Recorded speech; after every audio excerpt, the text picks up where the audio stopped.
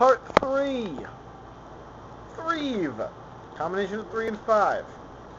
Texas with a $sign. That's all you're going to be able to hear from this part. No, I'm kidding. Back with part number 3 of the Pro Wrestling Rewind Season 3, Episode 1. Not 2, but 1. And it's time for the TNA Impact Report. Impact results, they're going to kick things off with the attack of Hulk Hogan and Sting by the Unknown Group that pretty much calls himself Aces and Eights. We don't know why. The BFG series continued, and it was open fight night. Very awesome idea, by the way. I do like open fight night. It's really good. Cowboy James Storm comes out to address a few things and congratulates Austin Aries as the new world champion. He says that the last time he checked, he was still in first place in the BFG series, but has not forgotten about Bobby Roode. He wants to carry the company. With Roode, it's just personal, pretty much. He sends in a message to Aces and Eights telling them if he were sheriff, they would be running around out here like it was the Wild West, and he doesn't go around jumping people from behind. He then says it's open fight night, and tonight he's calling out Angle. Angle's music hits, but Kurt is nowhere to be found in the back. Do you know why? What? Aces and Eights basically freaking hit him. Pretty much. No surprise there. The match, by the way, is Samoa Joe versus the Pope. That's the first one you're going to see. The winner of that match, of course, would be Samoa Joe. Joe is going to kill you. Joe, of course, wins the match via submission, which is 10 points. Joe is going to kill you. We then see footage of Bobby Roode being asked if he has any connections to the attacks of Hogan and Sting. There's a commercial after that. We'll see if Jeff Hardy can go ahead and beat the hell out of Robbie E. Count-out victory goes to Robbie E. Because Rob Terry helps him out. Okay. I don't know what the hell they're doing here, but this is funny as hell. Oh, no, AJ. Sorry, wrong AJ. ODB and Eric Young end up talking backstage, and they recap the whole AJ Styles storyline. Daniels with Kazarian and asks what proof Claire has. Daniels says that he doesn't know what proof Claire has, but he's going to give prove that AJ is a scumbag. The whole thing between those guys has become completely uninteresting. Yep. Boring as shit. Jamie Borash is in the ring with Sam Shaw. I don't know who the hell that is. And Shaw explains that he has been his dream. He has trained for the longest time, and he's knocking on TNA's door, and he's here to prove why he deserves to be on the Impact roster. I guess he's somebody from Gut Check. Gut Check. Well, it doesn't seem to happen too well because Aces and Eights runs in and attacks Shaw from behind. No surprise. I think it has something to do with Robert Roode. That's just me, though. Mr. Anderson then comes out as they're checking on Shaw in the back, well, in the ring, and they help him to the back. Anderson then comes out and says a few weeks ago he was called out for one of the biggest he called out one of the biggest douchebags in Christopher Daniels. But tonight he wants to call out someone he respects the hell out of, and someone he's called a friend and a brother. He calls out AJ. So it's going to be Anderson and AJ. So open fight night BFG time with those two. Yeah. Styles gets the cover in the 3 count. And somehow Styles tries to hit the Clash. Anderson fights... Oh no! I made a mistake. Anderson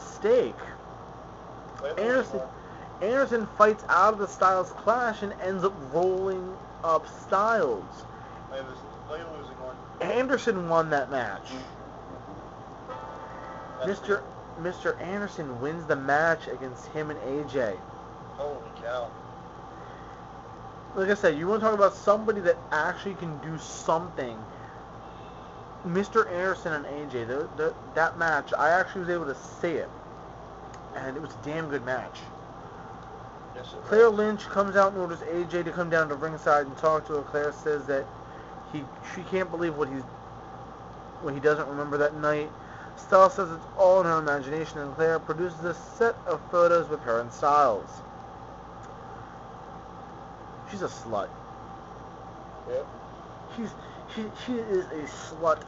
Slut. Hey Claire, by the way, if you watch the show, you're a slut. Oh, Yeah. no. Hey Cole, by the way, you're a fucking tool. Oh, no. Hey Alex, you're a piece of shit. Oh, no. Damn. Doesn't even listen like, oh damn. Hey Claire, in case you forgot what I just said, you're a slut. Okay. RVD and Christopher Daniels go in the ring. They have their match, and the winner of that one, Daniels with leverage from the ropes. Austin Aries then comes out and says Bobby Roode says Austin Aries says Robert Roode says Austin Aries' victory was a fluke. But if you look at the word fluke in the dictionary, you'll see a picture of Bobby Roode. Of course. Damn! Oh, wow. Joseph backstage. Oh, this is going to be funny as hell. Because they recap the whole thing with Bully Ray and Joseph Park. Backstage, Joseph Park and Gary Bischoff are talking, and Park is offering him legal advice. Park says last week he may have come up with the short end of the stick, but it felt good to stand up to the bully. And Bischoff asks last week, who was that? And Park pretends not to know what Garrett doesn't know what he's talking about. Magnus comes out and Ray attacks him from behind. Magnus comes back and Brawl breaks out at ringside. Apparently there's a match that now happens. Magnus hits Bully Ray hard. Open hand slap to the chest of Magnus. Apparently there's a referee somewhere in the area. There's a match between Bully Ray and Magnus. BFG, I guess. Bully Ray wins that match. Bobby Roode versus Austin Aries. Wow. The match that was a non-title that happened last Thursday night. The winner of that match,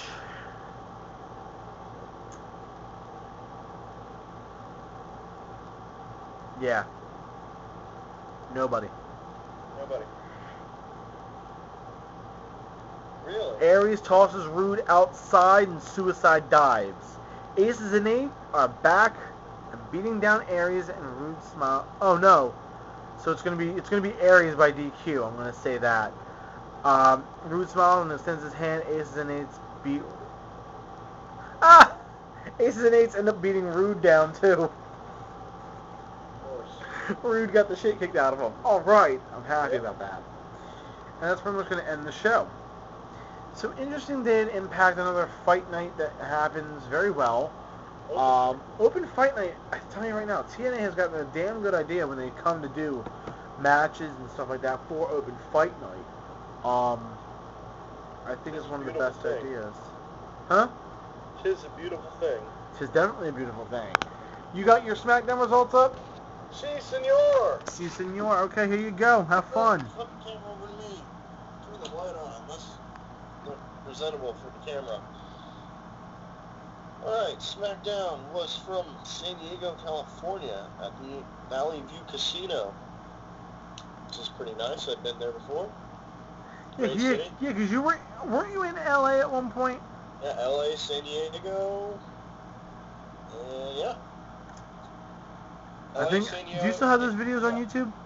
What? Do you still have those videos on your YouTube? No, I got rid of them. Ah, they were awesome. Got rid of them. Let's see. Rey Mysterio kicks off the show because he's in his hometown, obviously. Del Rio comes out with Ricardo Rodriguez, and they argue with Mysterio. Ziggler comes out, declares he will become the next world champion, yada, yada, yada. Ziggler has some work with Del Rio after getting in the way at Money in the Bank. Mysterio suggests a match between the two of them tonight, but out comes Sheamus. Sheamus offends Rey Mysterio, and they get into it. Rey goes for 619 on Ziggler, but Vicky Guerrero gets in the way. A tag match is set up for later that night. First match, Darren Young, Titus O'Neil, Hunico, and Camacho defeated Primo, Epico, R-Truth, and Kobe Kingston when Young got the pin on Primo. No surprise there. No. No? No. Big Show comes out after the tag team match and destroys everybody with WMDs and choke slams. He's on a mission to destroy the WWE tag team division. It's on a mission to destroy the WWE. I don't know. That's just what it says here. Sheamus and Mysterio versus Del Rio and Ziggler is made official for the main event. Damian Sandow defeated Zack Ryder after cutting a promo against the fans, which was hilarious. I didn't see it. I gotta look at it. Which was hilarious because Damian Sandow, the savior of the masses, players. Like it or not. He sucks. Christian comes out for the Peep Show. Alright, the return of the Peep Show. Nice. Peep Show. He shows the wedding stuff from Raw with AJ Lee and Daniel Bryan. Out they come together. We see the footage of them planning their wedding, yada yada yada. Christian asks them if they are really in love, and Bryan says it's true love. He gets the crowd to chant yes. Christian also gets the crowd to chant yes and no. Christian announces that one of AJ's exes wants a match with Daniel Bryan, and out comes Kane.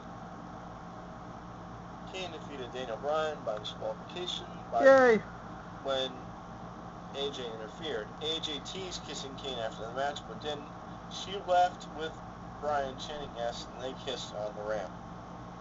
Ew. Now, I want to puke.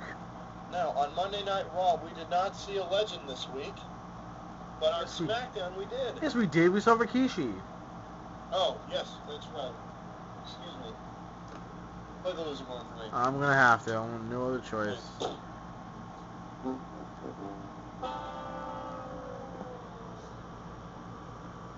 Let me rephrase that. Not only did we see a legend on Raw, but we also saw a legend on SmackDown because Heath Slater was destroyed by the Road Warrior Animal. Ugh, what a rush. Oh my God. Yes. The Road Warrior Animal. Hawk is smiling in heaven. Hawk is smiling in heaven right now, man. Oh, what a rush. Let's see. What a rush. I don't know if this made it on air, but it says here Heath Slater's still in the ring. He's upset about the legends. He issues an open challenge and is answered by Triple H. He comes out, hits him with the pedigree, and leaves. Pedigree leaves. Thank you, the game. I'm not sure if that actually made it on air with SmackDown. Oh, if it would have been awesome. And the main event, Rey Mysterio and Sheamus defeated Dolph Ziggler and Alberto Rio by disqualification again. I'm getting tired of seeing DQ matches happen all the time. When Ricardo Rodriguez interfered. Aha. Rio attacked Sheamus after the bell and put him in the cross arm breaker. Ziggler goes to cash in his Money in the Bank briefcase, but Mysterio stops him. Sheamus knocks Ziggler out with the road kick and looks at Mysterio to end the show. Wow. And that is SmackDown for you guys. Wow. Epic stuff. Epic stuff. Not just good stuff. No, that stuff was epic. Yes. Great tag match, even though it was DQ. The return of the Peep Show, which was excellent. Yes, it was. The fact that I still had to sit there through the freaking AJ Styles, Daniel Bryan crap. Not AJ Styles.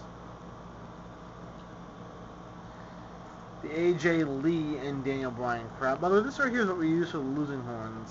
It works very effective. The AJ Lee, Daniel Bryan crap. Yeah. I just hate them. What the hell's up with these guys? I don't know. I mean, I can give Daniel Bryan credit where it's due for his ring skills, just not for anything else. I mean, the promos that he's cut recently weren't good. Damien Sandow's done worse ones, I'll be honest. And Damien Sandow's a fucktard anyway. But if you sit here and you look at everything that happened with WWE, with weddings, you already know something's going to go wrong this week on the wedding of...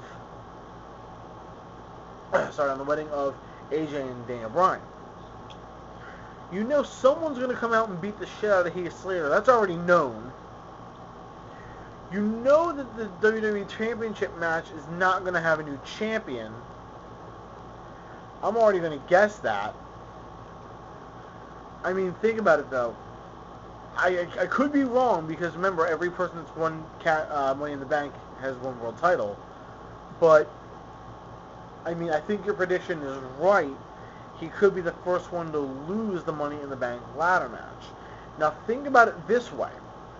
The Money in the Bank ladder match or briefcase?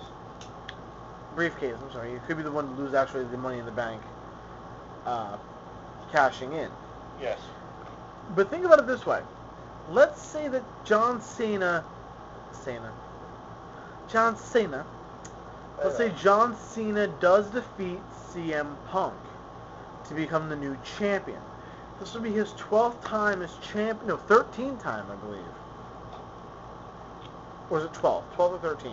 It's 13. 13th time as WWE champion, or as champion in total, I should say, combined with the WWE World Heavyweight title. Do you think that what I mentioned to you off camera, which I'll mention, well, I probably did mention it on camera too, is going to happen? It's going to be him and The Rock for the title at WrestleMania. No. No? No. Because Triple H made a statement, I'm going to mention it to you guys at home, as I got my phone. Triple H said the following, and I'm going to quote him on this one. Don't expect champions these days to have shorter title runs. When a champion wins, he's going to try to keep the championship around that person's waist or over his shoulder for an extended period of time. He wants the champions to break out of their shells and do more in the business. This is a problem I have, though, because especially with John Cena. I'm a Cena fan. I'm not going to admit that. I'm not going to lie about that. But if you're giving Cena a championship after he does, 5 moves in a match and wins the match out of his ass? What the hell is that? That's stupid. It's retarded. But I would like to see John Cena The Rock WrestleMania one more time, but this time for The Rock winning the match for the title. However, that would be pointless, though. Well, it would be pointless, but you do remember what The Rock said. Oh, shoot, no, that can't happen. What? I was going to say, no, never. I was going to say maybe he doesn't, if he doesn't cash in, which he's probably going to on Monday, there's going to be, I know they're having, Brock Lesnar versus The Rock at WrestleMania for the championship, supposedly. Oh, my God. Have Cena come in and cash it in on The Rock when he wins. But it's going to be tomorrow night. Well, that's not going to happen, obviously. Yeah, because tomorrow night. Is it a Sprite or a Mountain Dew? No, this is an Earl Palmer. Oh, wow, Iced nice. tea. From Lemonade. From Iced Tea, yeah. Sir. Iced Tea, Arizona. Top 5. Top 5 list. We're looking back at the moments that made Raw awesome for us.